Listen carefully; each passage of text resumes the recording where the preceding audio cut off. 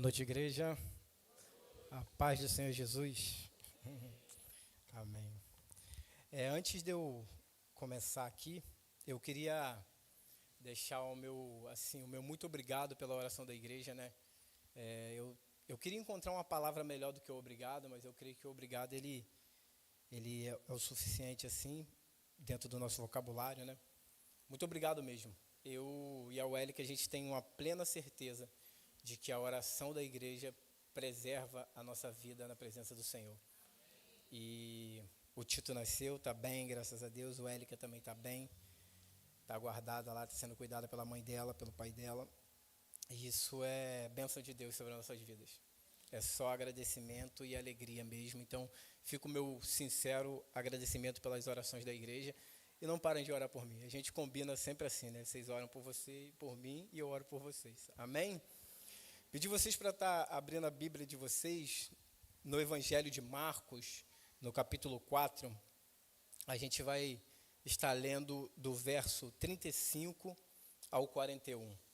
Evangelho de Marcos, capítulo 4, do verso 35 ao verso 41. Meu desejo sincero nessa noite é que Deus fale com você como Ele falou comigo. E que você possa se despertar mais para as coisas do Senhor e para a dedicação que a gente precisa ter em confiar plenamente nele. E entendendo de que realmente Ele é Senhor da nossa vida, né? Ele é Senhor da nossa vida.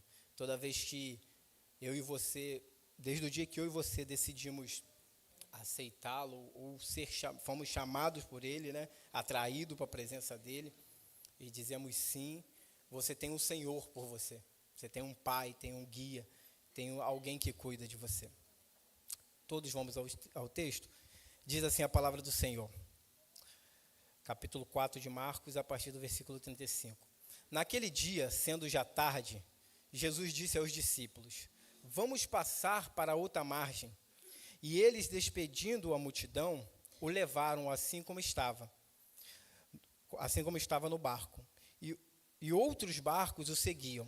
Ora, levantou-se grande temporal de vento, e as ondas se arremessavam contra o barco, de modo que o mesmo já estava se enchendo de água.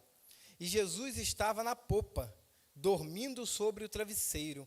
Os discípulos o acordaram e lhe disseram: Mestre, o Senhor não se importa que pereçamos? E ele, despertando, repreendeu o vento e disse ao mar: acalma-se, fique quieto. O vento se aquietou e tudo ficou bem calmo. Então Jesus lhe perguntou: por que vocês são tão medrosos? Como é que ainda não têm fé? E eles, possuídos de grande temor, diziam uns aos outros: quem é este que até o vento e o mar lhe obedecem? Amém?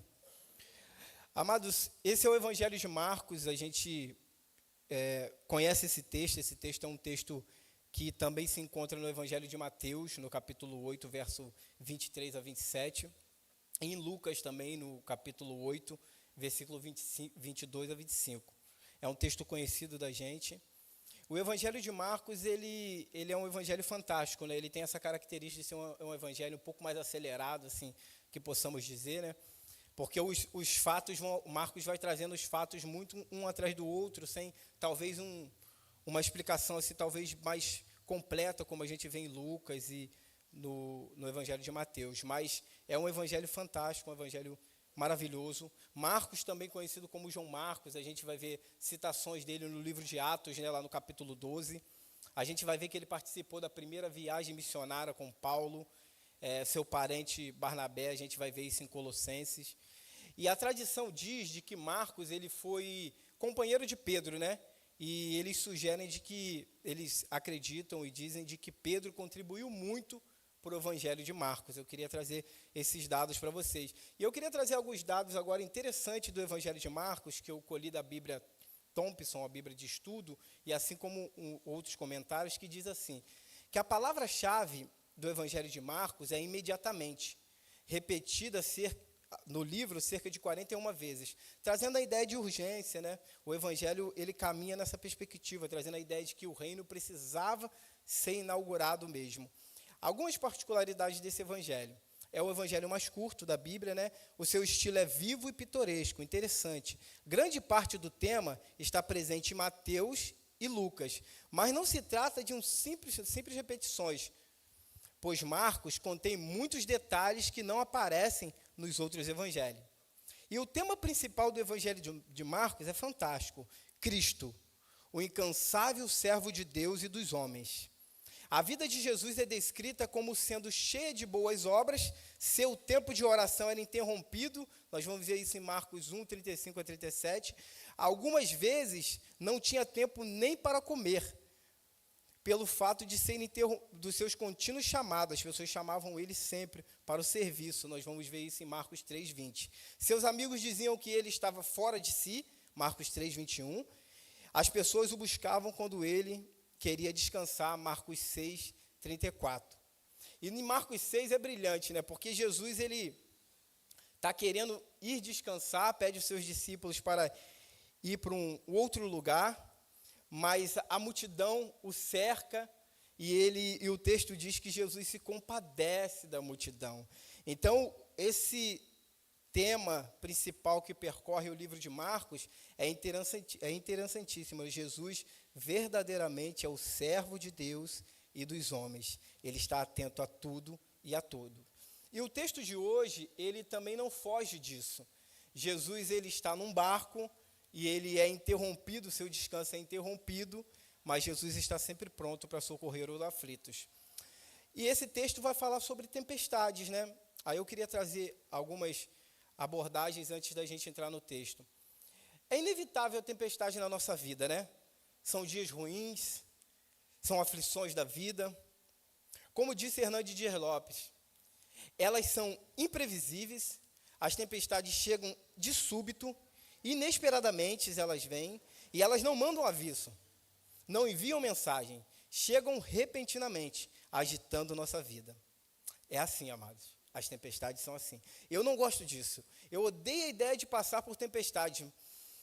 Morte, desunião familiar, guerras externas, internas, isso é algo que a gente, como ser humano, não deseja para a nossa vida. Mas as portas dos jardins foram fechadas diante da corrupção do homem, e o pecado assolou o mundo, nos assolou. E Jesus não nos enganou. Ele disse, no mundo tereis aflições, João 16, 33. Ele mesmo foi severamente afligido, severamente afligido. E a verdade é que mesmo você estando no lugar certo, andando com as pessoas certas, fazendo as coisas certas, você não está isento de passar por dias ruins, por aflições. Aí talvez você me pergunte o porquê isso. Eu te respondo, porque estamos no mundo caído. Esse mundo é caído. E o que nos sustenta diante dessa verdade, de que somos pecadores, estamos no mundo caído, o que nos sustenta diante disso, é saber que Jesus é o servo de Deus e dos homens. Ele está no barco da nossa vida. Ele é o capitão e diz para mim e para você, eu venci o mundo. Eu venci o mundo. Diante disso, eu quero propor nessa noite um tema e uma grande ideia para esse texto que a gente vai estar estudando aqui. O tema é, o que fazer quando as tempestades tentam assolar nosso barquinho da vida?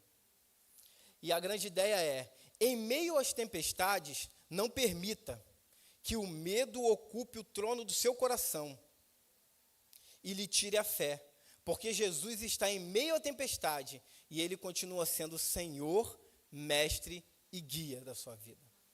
Eu dividi o texto em 2 blocos, o primeiro do versículo 35 ao 38, o medo toma a direção do coração dos discípulos, e o segundo, do 39 ao 41, o Senhor Jesus é despertado e o seu poder é manifesto.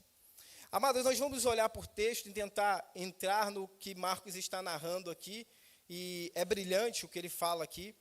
E nós vamos ver que Jesus, ele pede aos seus discípulos para que pegassem um barco e fossem para outra margem. E nós vamos ler no capítulo 3 que Jesus ele tinha isso como estratégia. Lá no versículo 7, versículo 9, a gente vai ver que havia sempre uma grande multidão que vinham, tanto da Galiléia, onde Jesus está, das regiões da Galiléia, como de outras regiões vizinhas, eles sempre vinham atrás de Jesus, porque Jesus estava operando milagres, operando curas, fazendo coisas extraordinárias. Então o povo vinha, tinha os curiosos, tinha os que precisavam de alguma coisa, e sempre vinham até Jesus.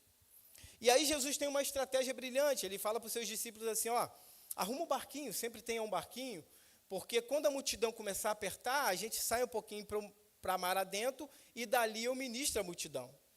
E assim Jesus fez nessa passagem. Jesus estava um pouquinho além da beira do mar, e dali ele passa o dia todo ensinando essa multidão. E no capítulo 4, Jesus está pregando sobre o reino dos céus e apresentando o reino dos céus através de parábolas, que Jesus sempre usava parábolas para que só os seus entendessem, e quando os seus não entendiam, Jesus chamava no cantinho e explicava para eles com mais detalhe. E a gente tem plena ciência de que Jesus era 100% homem, e ele estava cansado nesse momento, e ele diz, e naquele dia, sendo bem tarde, o texto diz, Jesus diz para eles, vamos passar para outra margem. E durante essa jornada de uma margem para outra, eles são cometidos por uma grande tempestade, que começa um vendaval, sacudir o barco, e Jesus está na popa do barco dormindo. F.F. Bruce diz assim, cansado no final de um dia de ensino, Jesus rumava para o leste, atravessando o mar com os seus discípulos, na almofada. Atravessando o mar com seus discípulos. Na almofada do barco, fornecida ao visitante de honra e colocada na popa, longe dos respingos das ondas, Jesus descansava sua cabeça e adormeceu. Então, meus amados, os discípulos obedecem Jesus. Eles pegam um barco que já estava no mar, se despedem da multidão, e eles, segundo a palavra de Jesus, eles começam a ir em direção a outra margem. Mas não que de repente, muito de repente, eles são assolados por uma tempestade que começa a balançar aquele barco. O texto diz que ao redor também tinha alguns outros barquinhos que seguiam Jesus. E Marcos diz assim, se levantou uma grande tempestade de vento e as ondas arremessavam contra o barco e ele começou a encher. Mateus diz assim, uma forte tempestade de forma que as ondas inundavam o barco. Lucas diz, sobreveio uma tempestade de vento no lago, e o barco se enchia de águas, e eles corriam perigo de vida. Então a tempestade começa a sacudir o barco.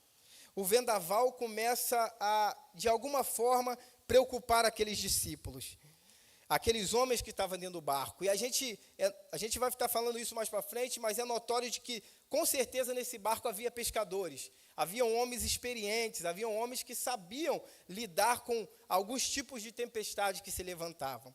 Trazendo alguns dados da geografia desse lugar que eles estavam, usando o que Hernandes Dias Lopes disse, ele diz assim, o Mar da Galileia era um lago de águas doces, de 21 quilômetros de comprimento, por 14 de largura.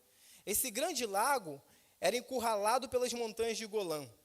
No extremo norte ficava o Monte Hermon, o mais alto monte de Israel, cujo cimo estava sempre coberto de gelo. Com certa frequência, o vento gelado desce dessa montanha e, encurralada pelas montanhas de Golã, bate na superfície do lago e levanta ondas gigantes. Hernandes Dias Lopes traz esses dados. E é verdade, amados. O F.F. Bruce também vai dizer que, repentinamente, aconteciam tempestades no Mar da Galileia. Mas eu quero ser ousado a dizer para vocês que essa tempestade, ela veio com caráter diferente. Porque ela, de alguma forma, assombrou os discípulos. E nós vamos ver mais para frente de que esses discípulos, eles já estavam acostumados com aquele mar. Muitos deles foram criados ali à beira daquele lago, daquela região ali. Então, eles sabiam lidar com a tempestade. Mas essa tempestade preocupou o coração deles, assustou eles de forma tremenda. E, com certeza, antes de chamar Jesus, eles remaram. Eles fizeram o que foi preciso fazer.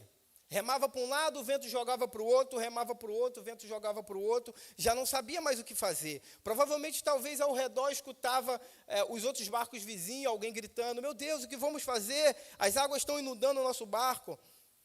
E eles estavam ali, meio que perdidos. Hernandes diz assim, as tempestades da vida são inadministráveis. Os discípulos conheciam o mar da Galileia como poucos. Alguns deles eram pescadores e haviam nascido e crescido ao redor daquele lago.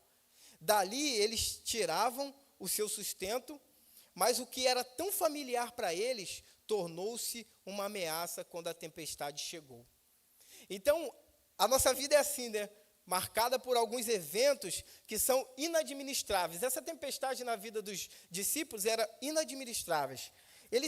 Muitos ali eram pescadores, com certeza eles tentaram de todas as formas tirar o barco daquele perigo, mas eles não conseguiram, porque aquela tempestade era inadministrável para ele. E quantas são as nossas tempestades, né? As aflições que passamos, que tentamos de várias formas resolver pela nossa própria força, mas não conseguimos, porque elas são inadministráveis. Os recursos às vezes se acabam, a situação fica preocupante, a gente fica esgotado. E essas tempestades, elas nos assolam. Nossa vida também é marcada por vendavais, por tempestades inadministráveis e repentinas. São tragédias que desestabilizam o casamento.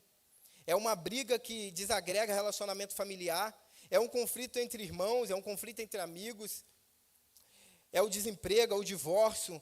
Por que não dizer também que são os pecados agasalhados no teu coração, que no momento que eles são revelados, causam desastre dentro da família, entre o relacionamento seu e da sua esposa, o seu relacionamento com os seus filhos.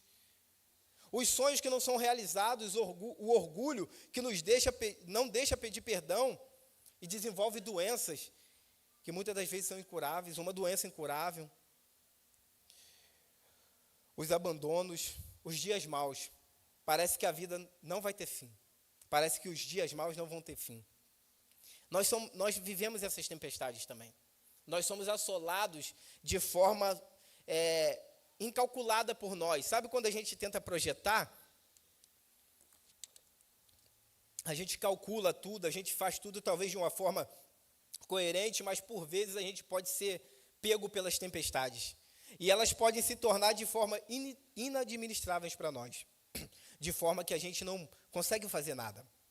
A gente não consegue reagir diante delas. E assim estavam os discípulos. A tempestade pega eles, era uma tempestade assombrosa, eles remam, eles se esforçam, eles fazem o que deveriam fazer como bons homens do mar, mas nada funcionava. Nada funcionava. Palavra de Deus para você, isso vai passar. As tempestades que te assolam um dia vão passar. Em algum momento elas têm fim. Salmos 46 diz assim: Deus é o nosso refúgio e fortaleza, socorro bem presente na angústia.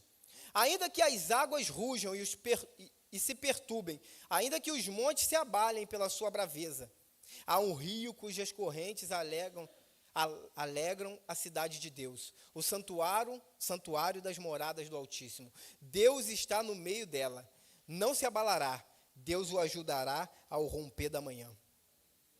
É assim, amados. As tempestades nos assolam, como elas estavam assolando a vida dos discípulos aqui, o barco dos discípulos. Mas Deus tem planos e projetos para as tempestades que te assolam, para as tempestades que te pegam. Deus é o seu refúgio, a sua fortaleza diante dessas tempestades. Eu não sei a hora, o momento, o instante da sua vida que Deus vai socorrer você. Eu não sei se você não está passando por uma tempestade agora, mas pode passar, e isso vai ser preciso na tua vida em algum momento. Eu não sei quais são as tempestades, mas eu sei que você precisa crer. Crê tu somente. Deus trará paz em meio à turbulência da tua vida. Deus trará paz em meio aos conflitos da sua vida. Para os discípulos, amados, essa tempestade era algo fora do comum, incontrolável. Eles olhavam para o lado, eles olhavam para o outro, eles olhavam em alguma direção, viam o vento que batia de forma violenta sobre a vida deles. Eles olhavam para o outro, via as ondas que enchiam o seu barco. E o que fazer? E de repente eles olham para o lugar certo. Eles olham para a popa do barco e eles veem Jesus. Aí imagina eu e você olhando para Jesus diante da nossa turbulência da nossa vida e nós enxergarmos Jesus dormindo. Talvez eu e você pensaríamos como esses discípulos pensaram, se passou pela cabeça deles, como pode? Assim como lá no livro de Jonas, aqueles homens da embarcação foram lá no porão e viram Jonas dormir, como pode? Como pode? Mas olhando para Jesus, eu queria estar contemplando a grandeza de Jesus agora, olhando para Jesus dormindo, eu me lembrei daquela frase que diz que a verdadeira paz não é ausência de guerra. Essa cena nos mostra como Jesus é glorioso e poderoso, como ele tem todo o poder e como ele tem a plena confiança em seu Pai. Como Jesus tem a segurança de que Deus cuida dele. Lá em Mateus, aqui em Marcos mesmo, no capítulo 1, versículo 11, quando vem aquela voz do céu e diz assim, veio uma voz do céu que disse, você é meu filho amado, em quem eu me agrado. Isso me remete a pensar o quanto que a gente precisa olhar para Jesus, e quando a gente olha para Jesus, a gente precisa puxar dele o que ele está nos demonstrando, que é a segurança de que no barco da nossa vida ele está. Ainda que aparentemente, aos nossos olhos, ou verdade, porque era verdade que ele estava dormindo, que ele estava cansado, mas seguro de que a missão dele seria cumprida. Jesus é assim. E nós precisamos nos lembrar das palavras de Deus que nos traz segurança. Como João 17, versículo 15, Jesus orando por nós, ele disse, Pai, não peço que os tire do mundo, mas que os livres do mal. Então as tempestades na tua vida, elas não são para te causar mal, porque Jesus orou por você. Eu não sei quais são os seus conflitos familiares, quais são os seus conflitos particulares, eu não sei quais são as grandes temporais que têm afrontado você, afrontado a sua vida. Mas eu sei que eles são legítimos. E os que estão vindo aí são legítimos também. Mas eu insisto em te dizer, não deixe que o medo te pare. Jesus está logo ali, na popa. Chame por ele, creia nele, não tenha medo, tenha fé. Tenha fé em Jesus. Creia no poder dele. Os discípulos estavam apavoradíssimos aqui, mas eles tomaram a decisão de procurar Jesus. A gente precisa crer em Jesus diante das tempestades da vida, porque as tempestades da vida, infelizmente, elas são inevitáveis. Elas vão acontecer, elas vão vir contra nós, elas vão nos assolar em algum momento. E como nós vamos nos posicionar diante disso? Com fé ou com medo? Assim é dentro de uma família, no contexto familiar. Talvez são inúmeras coisas que estão acontecendo com você, estão passando pela sua cabeça, de como você vai resolver. E isso se torna para você inadministrável, porque é inadministrável, porque tem coisas na nossa vida que não dependem de nós, depende da graça, do favor, da misericórdia de Senhor. Mas lembre, Senhor, o Senhor Jesus está ali. Ele está ali. Confie, creia, continue firme, continue convicto, chore, se derrame diante dele se for preciso, mas não abandone a sua presença. Não deixe de ir até ele. E o segundo ponto, que vai do versículo 39 ao 41, Jesus vai dizer assim, o texto vai dizer assim, e eles despertando, repreendeu o vento e disse ao mar, acalma-se, fique quieto. E o vento se aquietou e tudo ficou bem calmo. Então Jesus lhe perguntou, por que vocês estão tão medrosos? Por que ainda não têm fé? E eles, possuídos de grande temor, diziam uns aos outros, quem é este, que até o vento e o mar lhe obedecem? O Senhor Jesus é despertado e o seu poder é manifesto. Os discípulos, amados, vendo que não tinha mais recursos, não tinha mais o que fazer, eles vão até Jesus. Eles solicitam que Jesus acorde. Eles vão lá e talvez a gente, dando uma viajada maior no texto, eles sacudiram Jesus. Como pode? Acorda, mestre. Nós precisamos do seu socorro. Nós precisamos do seu auxílio.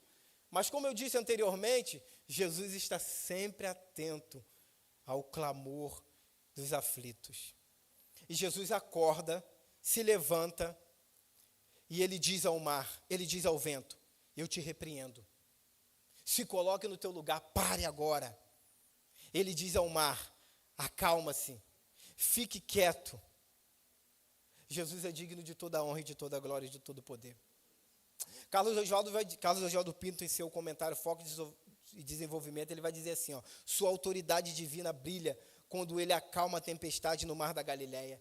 E ele vai continuar desenvolvendo seu comentário e ele diz assim, ó, de que se havia no coração dos discípulos ou no coração dos leitores original alguma dúvida de como o reino dos céus seria implantado, nesse texto a gente vê que seria com poder e glória. Porque Jesus aqui, ele é o dono de tudo e ele controla tudo. Mateus 28, 18, na parte B, diz assim, que toda autoridade, Jesus dizendo, toda autoridade me foi dada nos céus e na terra. Em Colossenses 1, 17, diz assim, e ele é antes de todas as coisas, nele tudo subsiste. Na versão NVT diz assim, ele existe antes de todas as coisas, e ele mantém tudo em harmonia. Esse é o Jesus que eu conheço, e esse é o Jesus das Escrituras. Ele tem domínio sobre todas as coisas. Ele diz ao mar, se comporte, e o mar tem que se comportar. Ele diz ao vento, pare, e o vento tem que parar. Esse Jesus é tremendo e é poderoso. E se nós cremos de que ele tem todo o poder nos céus e na terra, de que ele subsiste antes de todas as coisas, nós podemos citar também Jó 38, do versículo 8 ao 11, porque Jesus também estava lá, sem dúvida. Quando Deus disse assim para Jó, respondendo às queixas de Jó, quando Deus respondeu para Jó, quem estabeleceu os limites do mar, quando do ventre ele brotou? Quando eu vesti com nuvens e o envolvi em escuridão profunda? Pois o contive em trancas de portas, pois o contive atrás de portas com trancas, para delimitar os seus litorais. Disse, daqui não pode passar, aqui suas ondas orgulhosas devem parar. Amados, eu fiz questão de citar esses versos para que eu e você entendamos de que não estamos diante de um Deus fraco, de um Jesus fraco. Ele não é incapaz de mudar a nossa história ou é incapaz de conter os ventos ou as marés altas que nos querem derrubar. De maneira alguma, absolutamente não. Ele é o Todo-Poderoso, ele é o leão da tribo de Judá, ele é a raiz de Jessé, ele é o quarto homem da fornalha. Esse é o nosso Jesus. Não existe tempestade que ele não possa conter, não existe causas fenomenais da natureza que ele não possa estar lá. Ele disse ao mar, cala-te, e o mar tem que obedecer. Ele disse ao vento, para, e ele tem que obedecer. Ele abriu o mar vermelho, ele aqueceu o povo num deserto frio. Deus, amados, é maravilhoso, é poderoso.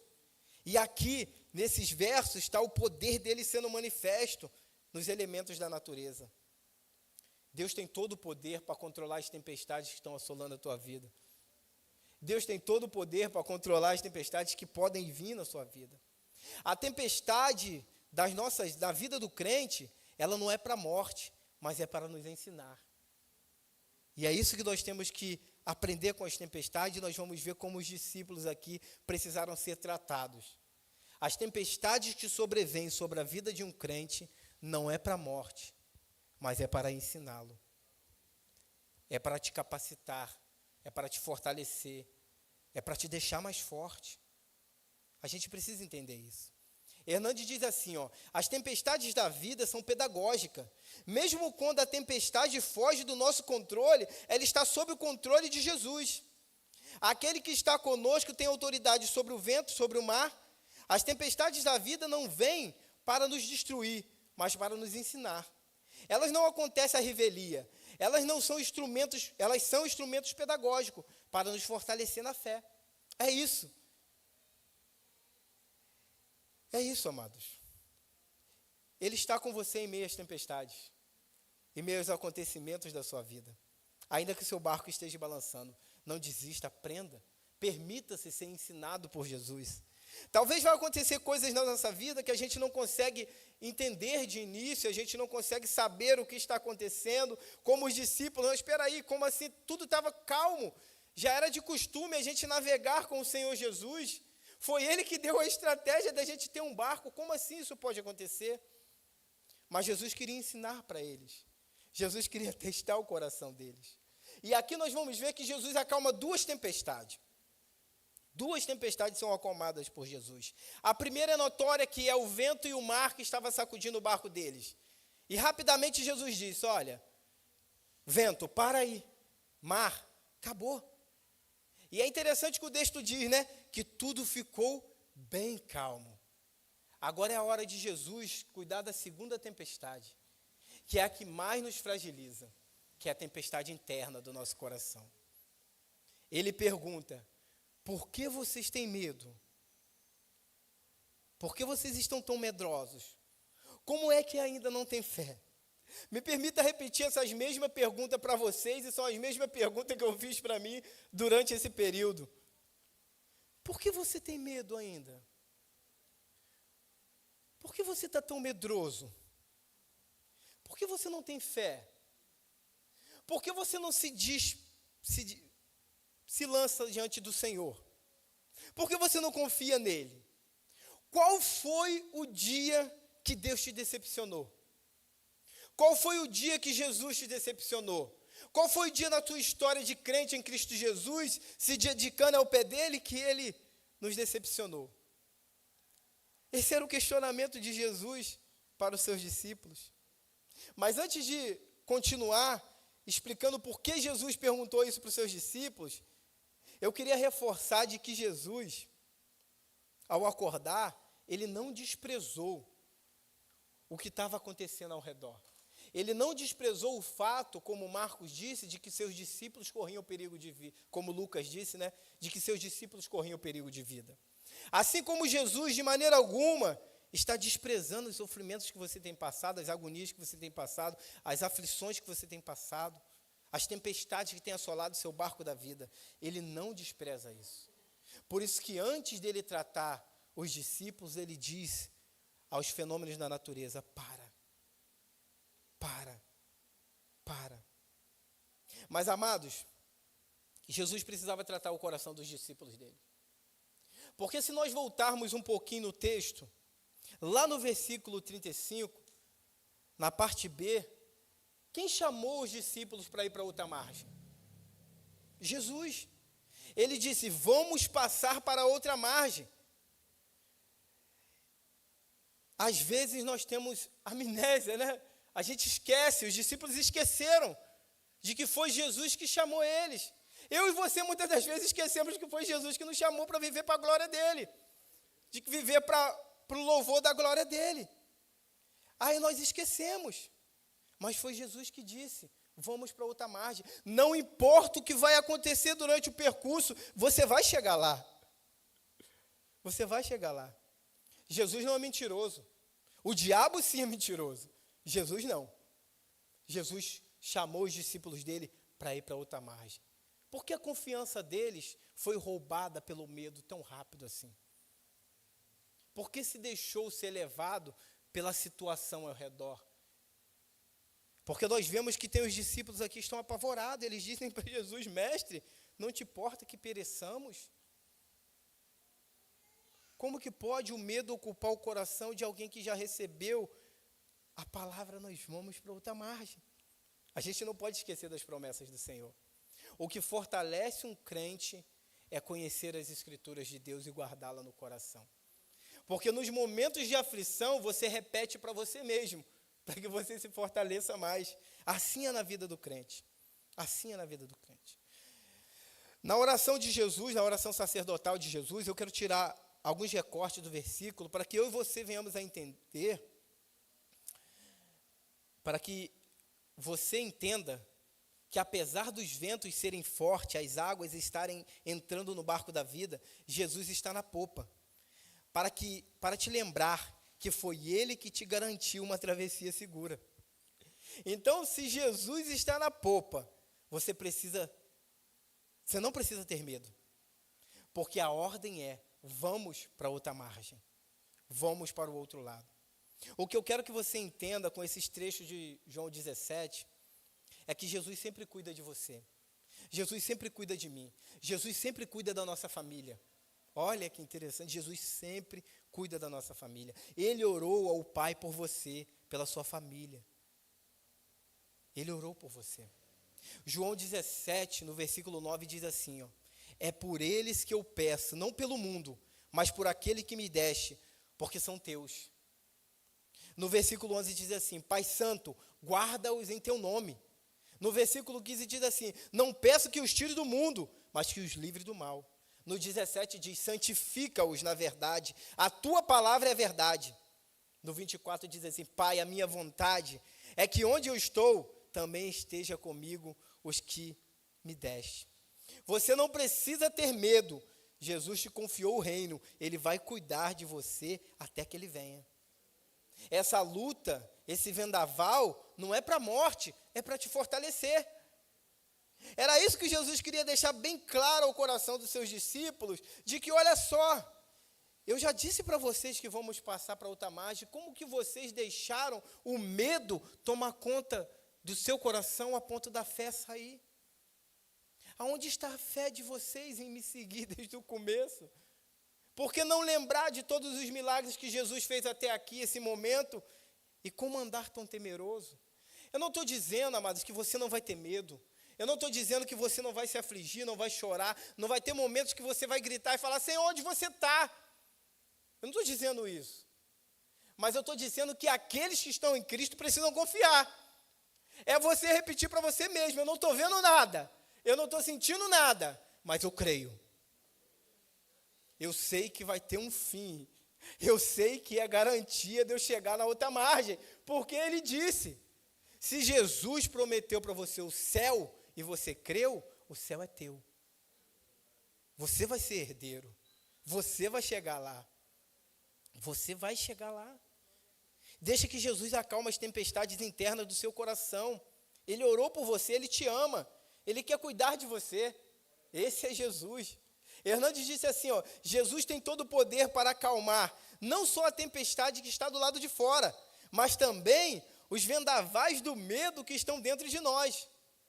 Jesus não acalma apenas as circunstâncias, mas também os nossos sentimentos nessa travessia do mar revolto da vida. Precisamos ter fé e não medo, sabendo que Jesus é fiel para cumprir suas promessas.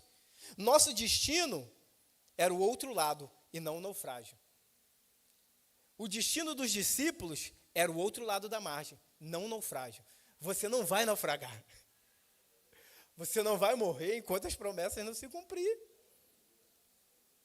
Essa é a palavra de Deus para você nessa noite, de que você não pode deixar o medo ocupar o trono do teu coração, porque quando o medo ocupa o trono do teu coração, você vai continuar dando murro em pontas de faca, você vai continuar insistindo em remar, enquanto era para você só procurar o mestre, mas procurar ele com fé, sem medo, lembrando do que ele já disse. Mestre, o Senhor falou que a gente ia para outro margem, mas aí o vendaval está nos assolando, mas não dizendo, Senhor, não te importas que pereçamos. Repetindo, as tempestades da vida são pedagógicas. Elas sempre têm algo para nos ensinar. E não é para você morrer, é para você sair fortalecido. E o texto termina com seus discípulos maravilhados, né? Com grande temor, perguntando, quem é esse que o vento e o mar lhe obedecem? Obedeça a Jesus, creia em Jesus, não tenha medo, se Ele prometeu, Ele vai cumprir. As tempestades são passageiras, mas as promessas são verdadeiras e eternas. Verdadeiras e eternas, se agarra nisso, se prenda nisso, confie nisso. Senhor, o Senhor prometeu cuidar da minha família, então eu oro por ela. Eu dou glória a Deus, como a irmã disse aqui, quando algo acontece, mas a gente vê providência. A gente vê permanência. Eu não sei quais são as tempestades que vão vir sobre a tua vida ou quais são as que você está passando. Eu tenho as minhas. E toda vez que eu lembrava dessa tempestade durante esse mês, o Senhor me lembrava do texto que eu estava estudando e Ele falava assim, não tenha medo. Eu que prometi a passagem segura. Mas vai haver pedras, vai haver percalços. Eu preciso ser tratado nessa jornada. Você precisa ser tratado. A tempestade não é para a sua morte, é para que você tenha vida. Para que você viva. E para que você proclame a glória de Deus. Todas as vezes que chegar alguém para você e falar assim, cara, desiste. Você vai dizer assim, não, o Senhor está cuidando de mim. Eu estou seguro. Mas aonde você está seguro? Eu estou seguro. Vamos entrar nesse barco que os discípulos têm e vamos mudar o roteiro da conversa dizendo assim, Senhor, está balançando. As águas estão entrando no barco. Não dá para tirar mais. Eu estou remando, mas não consigo sair dela. Aí o Senhor vai dizer assim para o vento e para o mar: acalma. Sabe a sua agonia? O Senhor está dizendo assim: acalma a agonia. Acalma a tempestade. Para que seus ouvidos se desprendam e você escute a doce voz dele. A doce voz de Jesus. Deus não abandona os seus. Jesus não abandona os seus. Uma certeza que eu tenho no meu coração, amados, de cunho pessoal falando para vocês agora, é de que ele não me chamou em vão. Eu sou um cara problemático, sou um cara crítico, eu sou um cara teimoso. E toda vez eu falo assim: como o Senhor chamou um teimoso e o teimoso não consegue mais sair da sua presença? Porque a vida toda eu fui assim, eu criticava o cara, eu ia lá e estava bebendo com o cara, mas eu criticava ele porque, cara, não pode beber a ponto de você ficar tão louco assim. Eu estava ali, talvez numa situação complicada, eu estava olhando e falando assim: cara, como que a gente pode viver assim? Eu olhava para os crentes e eu dizia: cara, não tem como ficar indo para a igreja direto assim, não. Não tem como. Então, a gente precisa guardar no nosso coração essa verdade, de que Jesus, Ele cuida de nós. Ele cuida mesmo, sabe? Nós somos cuidados. No momento que a gente está ali em agonia, Ele está ali, cara. Ele está ali. O sono dele enquanto homem era real, ele estava dormindo mesmo.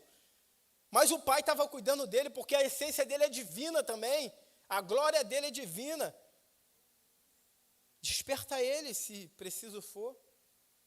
Só que não tenha medo, tenha fé, confie. Caminhando para o final, algumas aplicações. Diz assim: ainda que as dificuldades no seu lar estejam como o barco onde os discípulos estão, sendo violentamente atingida pelos ventos e pelas águas, a palavra de ordem é: não tenha medo, tenha fé. Porque quem te chamou para outra margem é fiel para cumprir suas promessas. É desse jeito. A maré está alta na vida familiar, está passando por dificuldades, as tempestades estão vindo. E sabe quando a gente diz assim: será que não vai acabar porque está vindo uma atrás da outra? Não se esqueça. Não se esqueça. Jesus te chamou para outra margem. Ele vai cuidar de você. As promessas dele vão se cumprir. E eu lembrei de Abacuque no capítulo 3, versículo 17 e 19, só que eu vou estar lendo para vocês na paráfrase de Peterson, na Bíblia, a mensagem, que diz assim: mesmo que não haja figos na figueira, e as uvas na videira não amadureçam, mesmo que não se colham azeitonas, e os campos de trigo não produzam, mesmo que o aprisco esteja sem ovelha, e os currais sem gados, desde já cantarei louvores com júbilos ao Eterno. Pulem de alegria diante de Deus, meu Salvador. Porque eu sei que o governo dele é eterno e é vencedor. Sinto-me fortalecido e encorajado, corro como servo e me sinto o rei do mundo. É assim. Quando você olha para a tempestade, você diz assim, ó: ainda que isso esteja me abalando, ainda que esteja faltando um recurso, ainda que esteja faltando um abraço, ainda que esteja faltando o retorno do meu filho para a presença do Senhor, ainda que esteja faltando a compreensão do meu marido, da minha esposa, eu me alegro no Senhor, eu canto com júbilos a Ele, porque louvar o Senhor faz com que a gente se sinta encorajado e fortalecido. Da onde vem tua força? Da onde vem tua força? Eu sei que talvez para muitos pareça exagero, mas eu gosto de falar isso, tanto para o Élica, quando eu tenho a oportunidade de falar para outras pessoas, eu sempre falo. O nosso amor precisa ser maior por Jesus. E o nosso cônjuge, nossos filhos precisam saber que a gente ama mais Jesus do que eles mesmos. Porque não existe uma relação falsa. Se você ama Jesus em primeiro plano, automaticamente você vai amar os seus próximos. Você vai cuidar deles. Isso é alegria, isso traz alegria. E como Peterson disse, você se sente o rei do pedaço. Mas não por orgulho, por altivez, mas você se sente bem, cara. Eu estou com Jesus e não abro. Ele cuida de mim. Ele cuida de mim. E a segunda aplicação é, ainda que as suas tempestades internas venham te sugerir que você abrace o medo e perca a fé, não se renda, diga não. Porque na escola de Deus, a tempestade não são para reprovar o crente, e sim para lapidá-lo, para que ele chegue mais forte a outra margem. É para isso, amados. A tempestade tem essa função na nossa vida. Na paráfrase de Peterson, citando Tiago 1, 2 e 4, ele diz assim: amigos, quando as lutas e as aflições os atingirem de cheio, saibam que isso é um presente especial. Vocês verão como a fé será fortalecida e como terão força para continuar até o fim. Por isso não desistam facilmente. Essa perseverança os ajudará a amadurecer e a desenvolver plenamente o caráter de vocês. É para isso, amados. As tempestades são pedagógicas, como disse Hernandes Dias Lopes, elas são para nos ensinar, para que quando a gente chegar lá, o nosso caráter esteja mais fortalecido. E é isso que a gente precisa. Quando a gente grita aqui que a gente quer uma igreja saudável, a gente não pode estar olhando para o mundo ou para as outras igrejas, a gente está olhando para nós. Eu preciso ser uma igreja saudável. Eu preciso proclamar aonde eu estiver, independente das tempestades, que eu creio em Cristo Jesus. Com sorriso, com gestos, com abraço, com a palavra de Deus. Se alguém diz assim, né? Antes eu tinha uma certa vergonha, quando eu falava, você é crente, cara? Aí eu ficava meio constrangido. Mas hoje eu tenho prazer em dizer isso. Eu sou crente. Crente em Cristo Jesus. E para alguns tem que dizer assim, ó, e sou diferente, hein? E sou diferente. Não queira me convidar para isso não, porque eu não quero. Amém? E para terminar, coloquei como última aplicação a grande ideia. Em meio às tempestades, não permita que o medo ocupe o trono do seu coração. Não permita. E lhe tire a fé. O medo faz isso, né? Ele aplaca a fé. Porque Jesus está no meio da tempestade e Ele continua sendo o seu Senhor, Mestre e Guia. Confie sempre em Jesus. Jesus disse, vamos para o outro lado do mar. Confie. Você precisa crer, você precisa confiar. É assim a nossa vida. As tempestades não vão nos destruir. A gente não pode deixar o medo tomar conta. Não pode. E a gente tem que parar de querer dar jeitinho. O nosso jeitinho não funciona. O mar está revolto. A gente precisa procurar Jesus. É lá que a gente vai procurar. E vai dizer, Pai, nós precisamos do Senhor. E a gente tem que sair como esses discípulos, maravilhados. Uma coisa que é encantadora nas Escrituras é isso, né? Apesar da correção, apesar dos ensinos, apesar talvez da palavra que às vezes vem de uma forma para a gente um pouco abrupta, né? De Jesus, mas a gente tem que estar sempre maravilhado com o que Jesus faz nas nossas vidas. Da onde Ele te tirou? Sabe? O que Ele fez por você até aqui? Quais eram as tempestades que Ele já apagou? Você vai esquecer? A gente também não pode ter essa amnésia, sabe? Se a gente esquece que Ele nos convidou para outra margem, a gente esquece também dos feitos dele na nossa vida. E é capaz da gente ser tão ingrato, da gente falar assim, caramba, Senhor, o Senhor não me ajuda em nada. O Senhor não me ajuda em nada. Mas isso é uma falácia de Satanás que está soprando nos nossos ouvidos. Jesus é tudo. Eu queria que você fechasse os olhos, eu queria recitar uma canção para você, que tem como nome Há um Lugar, né? De Heloísa Rosa, que diz assim, se apegue nesse lugar, hein? Vá para ele agora, se transporte para ele. Há um lugar de descanso em ti. Há um lugar de refrigério em ti. Há um lugar onde a verdade reina esse lugar é no Senhor. Há um lugar onde as pessoas não me influenciam. Há um lugar onde eu ouço o teu Espírito. Há um lugar de vitória em meio às guerras. Esse lugar é no Senhor.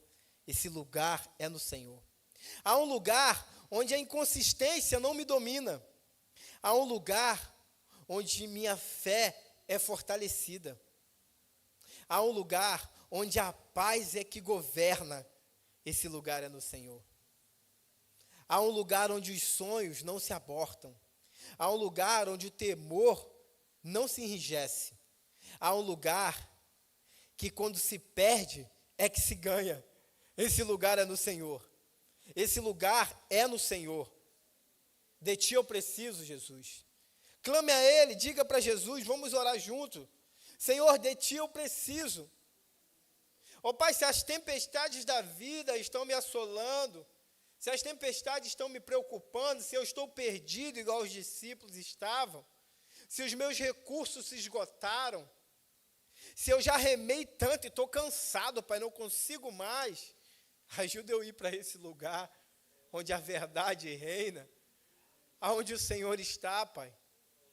Ajuda eu sempre a olhar para a popa do barco, diante das tempestades da vida, e confiar de que o Senhor tem os recursos que eu preciso. Ah, papai, louvado seja o teu nome, Jesus. É tão bom depender de ti, é tão bom confiar em ti, é tão bom entender que em ti estamos seguros. Não é duvidoso quando a Bíblia fala que o Senhor é refúgio e fortaleza. Não é duvidoso, é verdade. E nós precisamos confiar nisso, ó Pai. Nós precisamos tirar o medo e permanecer no nosso coração a fé. Que o teu povo nessa noite, que eu nessa noite, de maneira alguma venhamos, ó Pai, sair daqui e na esquina a gente talvez encontrar dificuldades, a gente venha esquecer de que não precisamos temer. As cautelas são precisas, os cuidados são precisos, mas a gente não precisa temer, porque o Senhor é Senhor de tudo. O Senhor controla tudo. O Senhor tem o seu poder sobre tudo, Pai. Não existe nada fora do teu controle. Então ajuda a gente a confiar, Pai. Nós somos fraquinhos, nós somos como esses discípulos. Nós vamos esquecer que foi o Senhor que prometeu que a outra margem é segura, de que o Senhor vai nos levar até lá. E talvez no meio do caminho a gente vai ficar te questionando, a gente vai ficar aborrecido, porque estamos sendo assolados, jogados de um lado para o outro pelas tempestades. Mas ajuda a gente a crer, Pai, e confiar no Senhor, para que a nossa fé aumente. Para que a nossa fé aumente. E para que a gente sempre glorifique o teu nome, entendendo de que o Senhor está em meio às tempestades da vida. E o Senhor continua sendo o Senhor, mestre e guia. E no tempo certo o Senhor vai dizer, calma, cala-te, fique quieto, tempestade. E vai vir a bonança, e vai vir a paz. Nós vivemos isso, ó Pai. Nós queremos viver isso. Abençoa o teu povo, ó Pai. Despeça eles para a tua casa seguros e confiantes na tua palavra. Obrigado, Deus, porque o Senhor fala. Obrigado porque nós temos um Deus que tem boca e fala. E o nosso coração escuta a tua voz, Senhor. E nós queremos ser obedientes ao Senhor. Nos convença a sempre estar arraigados na tua palavra, sempre estar arraigado ao pé da cruz, confiando no Senhor. Em nome do Senhor Jesus. Que Deus abençoe a igreja.